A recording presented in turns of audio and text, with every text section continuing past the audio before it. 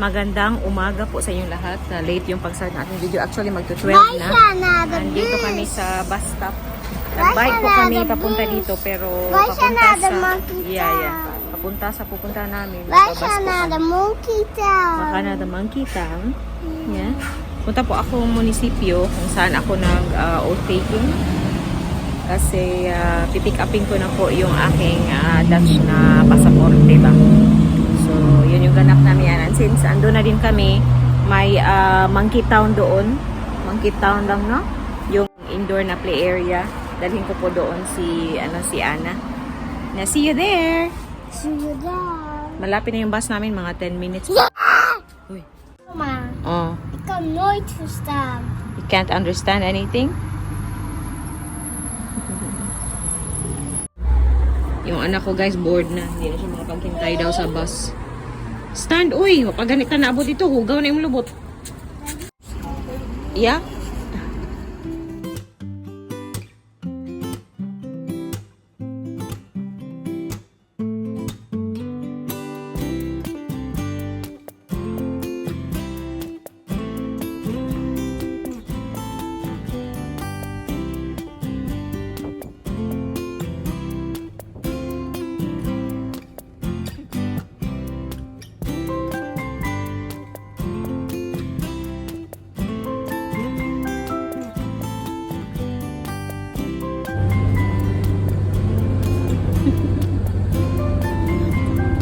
Diyan po yung next bus namin, pero yan yung aming Gemeente House or munisipyo.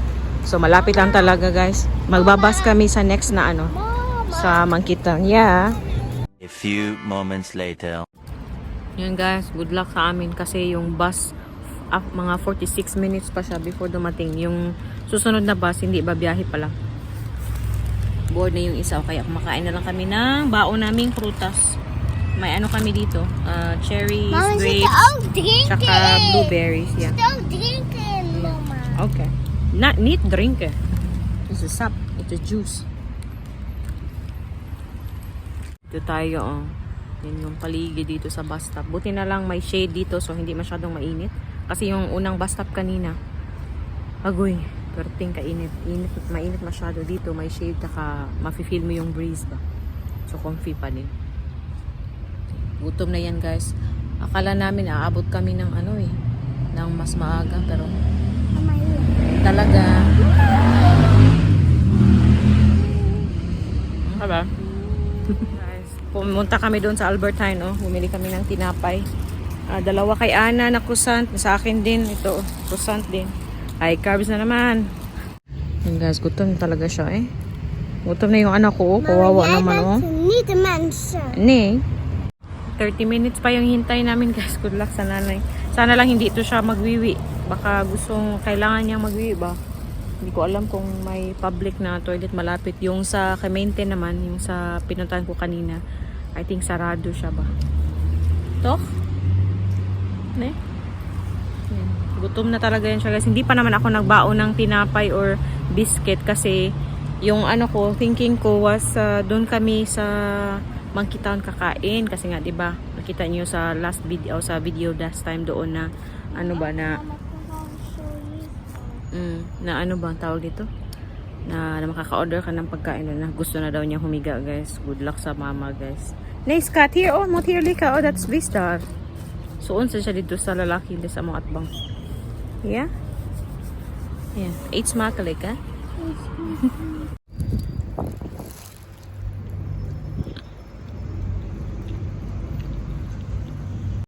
Finally, andito na yung bus.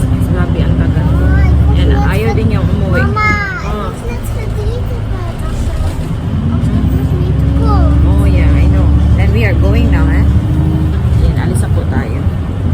Kaabot pa kami sa Makitan kasi pa naman, 1:30 tapos 5:30 mag-open. Kailangan ko lang i-check yung schedule ng bus din, babalik dito and tsaka babalik doon sa bus stop na iniwanan namin na bike namin. So, see you in Monkey Town. Hello. Guys, kami na talaga ang lucky ni Ana. Diba? Nakasakay. Het duurt heel jaar voor de bus. Yeah, the bus is very late, no? Kami na ang lucky, guys. Ma, Hindi dumaan yung ikaw bus. ka na Normally, Monkey dadaan Town. doon sa Monkey Town. Kaso, nag-iba ng shortcut o dumaan sa highway, guys. So, bumaba kami ni Ana somewhere para bumalik kami doon sa sa may Monkey Town. Direksyon ng Monkey Town. Nag-shortcut man ang bus. Uy, and then, sana, on time din yung pabalik na bus, guys. Kung on time siya, mga 3 minutes, dapat andito na siya. Pero we'll see.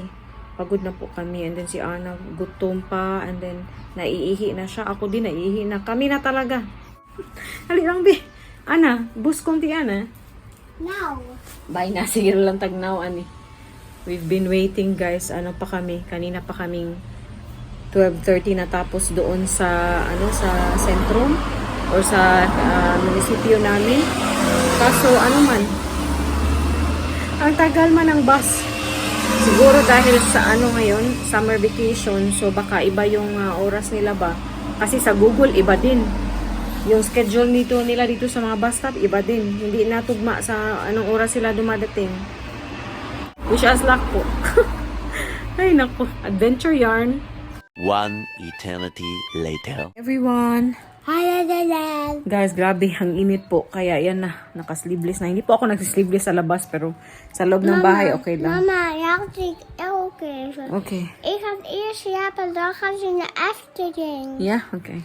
Sabi niya matutulog muna daw siya tapos punta siyang Efteling. Kasi po guys, bukas sasama po ako sa kanila sa Efteling. Yun po yung aming ganap. And finally, nakauwi na po kami. Very unlucky kami today ni Ana. Croissant eten. So, 'di ba, doon kami sa bus station na doon malapit sa sa Gemeente House or sa City Hall. City Hall or Municipal Hall, 'yun.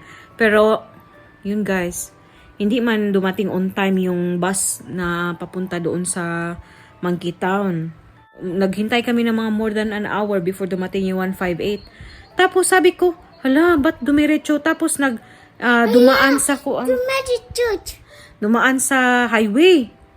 Hala, sabi ko, hala, baka ibang bus yung namin. Pero sakto naman. Yung una, akala ko, ako talaga ang may tawag dito, ako talaga ang may mali kasi nga baka hindi ko napansin na ba yung stop na namin.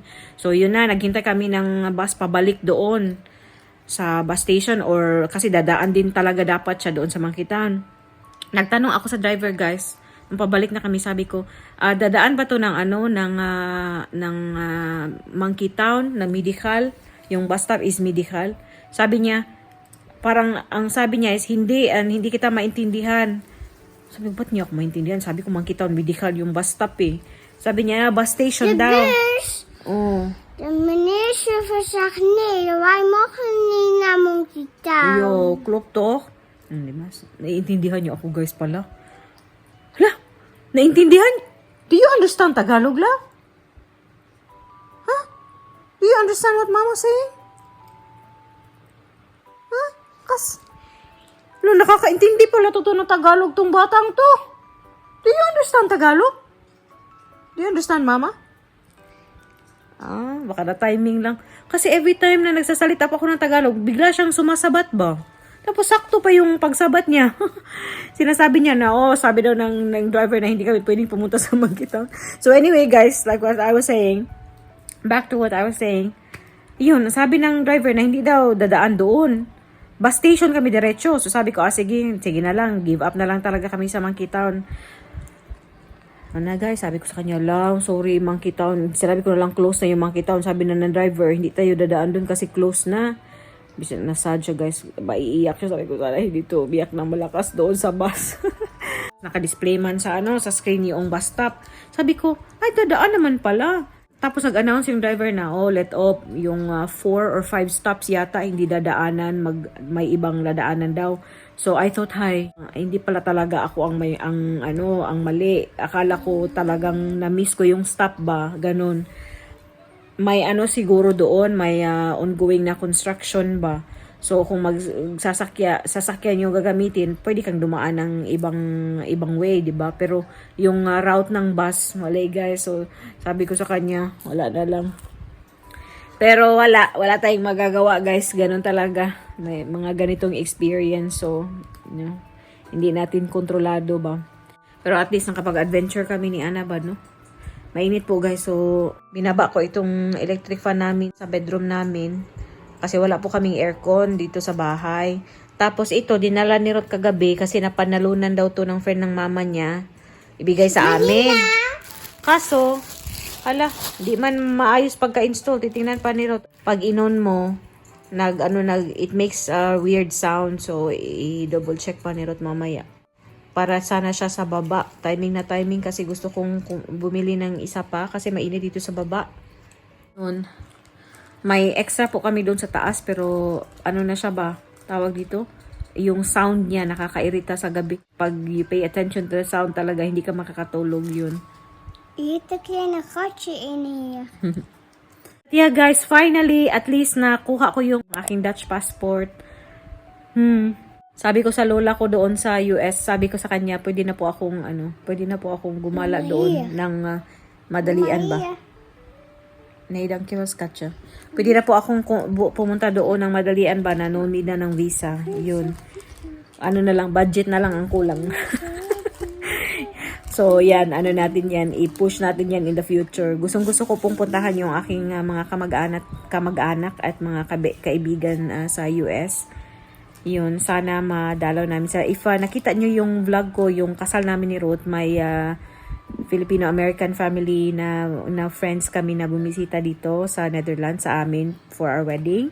And in the future, gusto ko po silang bisitahin talaga yung kaibigan kong si Hazel. And then syempre yung aking mga kamag-anak doon sa Texas. Are we going to America lang?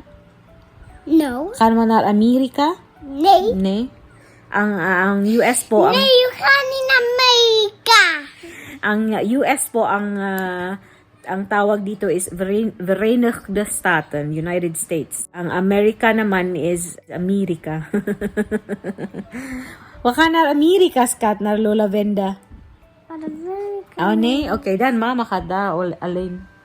Makdat? Ja, maar ik kom met papa thuis zijn. Okay. So, dito lang daw siya sa bahay kasama yung tatay niya. Pati guys, magre-relax po muna kami, no? Si Ana kanina, nagrereklamo po talaga sa init. So, yun guys, finally, nakuha ko na po yung aking Dutch passport. And happy po ako kasi it didn't take so long.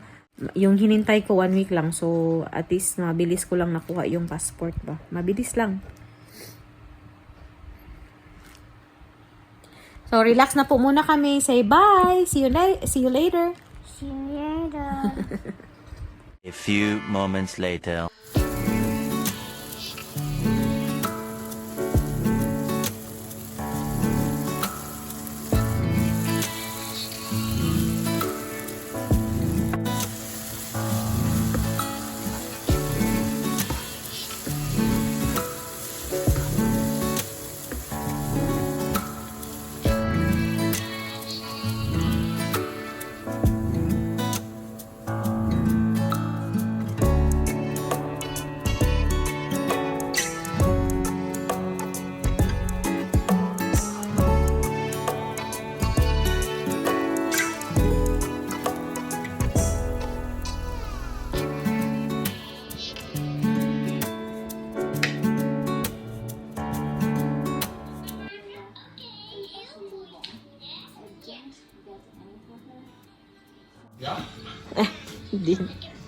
Show yourself. Papa's leaving na. Hello. So, ayun na. Madalian mo napakita sa alis po sila ng mga friends niya. Doon sila sa lake yata or sa may tubig. Wala pong beach dito malapit, no? So, chill lang kami ni Ana ngayon sa bahay. Wala pong ibang ganap kundi yung pag-pick up ko ng passport ko doon sa city hall namin or sa municipal hall. Yun lang. And bukas, abangan nyo po yung ating pa-video dahil sasamahan ko po yung aking mag-ama doon sa FTLing na naman. Gala na naman po kami. See you tomorrow. Maraming salamat sa panonood and kita-kita na naman po tayo sa susunod na video. Maraming salamat. Duy! Mush mush babush! Ana say duy! Doei. See you next time! Next time. Banada. Ha? Banada. Cute ni mong kigwaha ka eh.